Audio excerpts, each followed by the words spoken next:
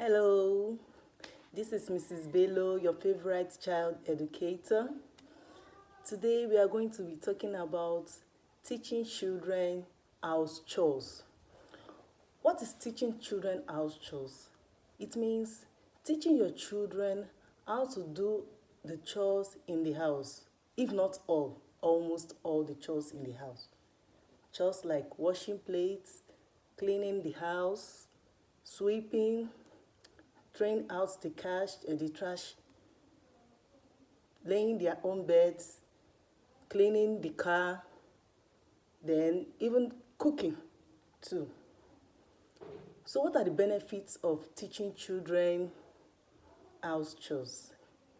The first thing is you should have in mind when you are teaching your children house chores is that it is very beneficial. You are not punishing them, and what you are doing is not slavery.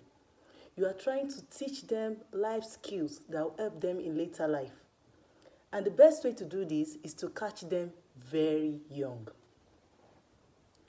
The first thing it does is that it builds responsibility. When you say responsibility, you've assigned a particular task to a child or one of your children, and you said, do this task within 30 seconds or 30 minutes. Let's be realistic. So do this task within 30 minutes, maybe washing the dishes, and you should do them within 30 minutes. This child already knows that you've given him a time frame to do this work. He's going to put his efforts, and he is going to be responsible for anything that happens during washing the dishes and after washing. Take for example, maybe when the child mistakenly breaks a plate, then you ask, who broke this plate? He will quickly come, even if he's not the one, he will quickly come and say, I did not break the plate. When I was washing, all the plates were clean and I arranged them where they're supposed to be. I didn't break any plates.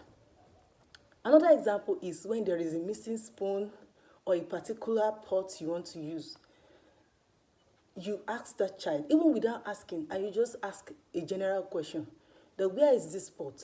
The child stands up and say, I kept it here. The child feels that he is responsible for that particular task and is answerable to those questions. Another thing it does is that it helps them to develop life skills. You won't be their mom forever. You won't be their dad forever. You won't be their auntie forever. You cannot be there forever. A time will come, you are going to pass away. It is natural. You don't want to do that before your children. So that's why I say you cannot be there for them forever. Death can take you away. Even distance.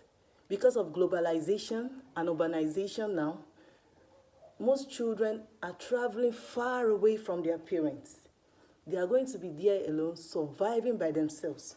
So if they don't have these life skills, how do you expect them to live a good life? How do you expect them to combine work and a clean and safe environment for themselves? So it teaches them life skills. It helps them to develop life skills earlier. Then another thing it does is that it teaches them time management. Yes, it does. There was a time I was leaving my house and I told my children, I have 3 of them, although just 2 of them help with the house chores. The other one is still small. She's still a toddler, so she doesn't do much in the house, just to send her on errands and that. So I asked them to clean the house, wash the dishes, sweep, mop, and arrange my room and their rooms too before I come back. I was out for about 3 hours. I was amazed when I came back to the house and saw the house sparkling clean. Everything was already in place. But do you know what? Children are children. They did something that really, I just left them because they changed the sitting arrangements of our chairs in the parlor. They changed my bed arrangement, my bedroom arrangement. It was a total change in the house. So, but I wasn't upset. I was not angry. I was even happy. And I told them, thank you. I was so appreciative in the end because they actually did it out of love. Another thing it does is it promotes work ethics. Yes, it does. It develops their team spirit, because if you have more than one child in the house and you ask that child, your children to do task, you just say, okay, children, I want you to do the house chores for today. You will start seeing that leadership role in your first child or the eldest child in the house. The child will come out and say, okay, this is how we are going to do it. You are going to manage this place. I will manage this place. This other person will do the cooking when you have grown-ups. You see? And it teaches them what?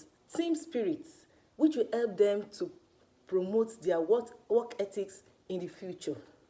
It is very good, because when they are used to working together as siblings, they go out, they go to school, then in school their teacher gives them tasks to do. They are able to adapt to sharing tasks with people, and it gives them that spirit that when we are doing something, the best thing is to achieve what we want to achieve. It doesn't matter who contributes more or who does more. Another thing is it builds appreciation in children. As a mom or dad, even a foster parent or a guardian, a teacher, when the children that are under you do some task, like maybe sweeping the floors, washing dishes, maybe even if it is just to arrange a particular part of the house, you would notice that anytime you are doing these things and you didn't ask them to do it, they would come to you and say good words to you. Yes, they say, thank you, mommy. Mommy, well done. Daddy, you have been doing this since morning. I hope you are not too tired. Or should I boil water for you? Should I bring tea for you? Are you tired? Should I massage your body for you? Yes, because they know how it feels to do those things, and they know that you are going through a lot of things to make it happen. And for you not to have called them to do this, and they feel like, oh, you have taken this responsibility off my shoulders, and the best thing I can do is to appreciate you. Another thing it does for children is that it boosts their self-esteem. You ask me how? Yes, it does. When a child is given a responsibility to perform, say you have given that child the responsibility to cook food for everybody in the house. The child is in the kitchen, taking salt, taking seasoning, turning the food, adding water. He or she knows when to take the food out of fire. He or she knows when to add groundnut oil or palm oil. The child knows when to dish out the food. The child knows all these things because constant practice has made the child understand these few steps. There's a way it gives them that self-esteem. It gives them that, it boosts their morale. They just come to you and they be like, Mommy, I finished cooking. Should I dish the food out now? Oh, Mommy, I finished washing the dishes. I just finished washing the dishes. Was I in time? You said 30 minutes. I did it under 30 minutes, It gives them that self-esteem that, yes, they can do something for themselves. And they are always proud of it. You can try it. Another thing it does for them, which is more of psychological, is that it enhances cognitive and motor skills. Yes. Cognition has to do with the brain. So that was why I said psychology. Cognition has to do with the brain. It enhances their cognitive skills because they tend to calculate within this period and this period. Let me do this, let me do that. Just like the mother of the house. When you are cooking food, at the same time, you can be washing the dishes.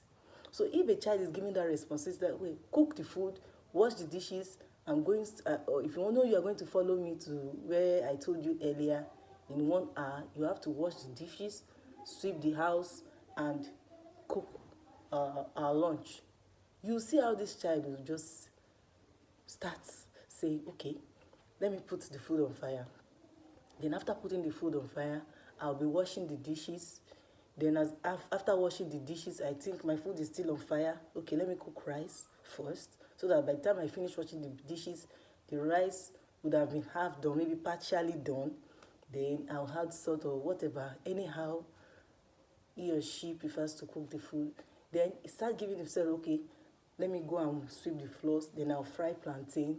Before you know it, within 1 hour, this child will be done. And you will not be shocked anymore, because you have actually trained this child to use his brain how he's supposed to use it. It's actually a good thing to train the brain with.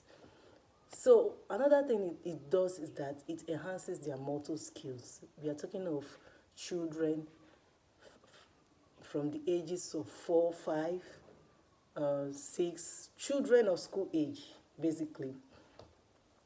So what else are their motor skills? For those who don't know what motor skills are divided into two. They are fine motor skills and gross motor skills. So what are fine motor skills? These are the skills that we do with our fingers, these smaller muscles of the body. So basically our fingers. So what are the things we do with our fingers? We wash plates with our fingers, we sweep, use your fingers to grab the broom, then you sweep. So it develops that then pegging. When you spread clothes and you have them peg the clothes. That pegging is very good for pencil grip. When you teach a child how to peg properly, the child will know how to grip, and the handwriting will be very fine. We are not going there today. We are going to be making another class. We'll be doing another class on that. So it builds their fine motor skills. So the gross motor skills usually those, it has to do with all those bigger muscles of the body, like the limbs, the muscles in the legs, yes, the thigh, the knee muscles, and the muscles around the hand, these large muscles. When you want to pull something, you don't just use your finger. You can't use your finger to pull something heavy. So you must use, like climbing the ladder, you use your leg. Now, you ask a child, spread this clothes for me. He's going to use his muscles to squeeze, the squeezing. Use your gross motor to do that. So those are the things that it does. It helps children to develop. There are some adults that cannot squeeze something at this age. They are grown. I'm talking about people around 30 to 40 years. Ask them to come and squeeze. They don't know how to. They say they are living soft life. It's not soft life, actually. To me, it's like you are living a life that is not fulfilled. Because you can't do basic things by yourself. You still have to ask people to. Yes, it's good to ask people to do things for you. You pay them to do it. Once in a while, you want to do something to your own satisfaction. Then you have to use your own muscles to do these things once in a while, so that you will not wear out yourself. It's not easy. So I just hope that with this short video, you have learned why it is good to allow your children to do house chores and the benefits it has for these children. It will help them in school, because their brain will be going wire. They are able to do multiple things at the same time. You see them, they write exams. You give. I taught in a private primary school for 5 years, and I've seen children, when you give them a 2-hour exam, you see the way they write it in 40 minutes. They are very good at writing fast, and apart from writing fast, they think very fast, that everything that they must have written is perfect or almost perfect.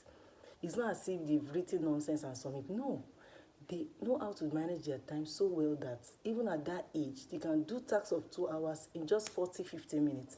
And you see some children that even after 2 hours, they are still there, not because they don't know what to do, just because they don't know how to think. And may God help us all in whatever you do. See you next time. Bye.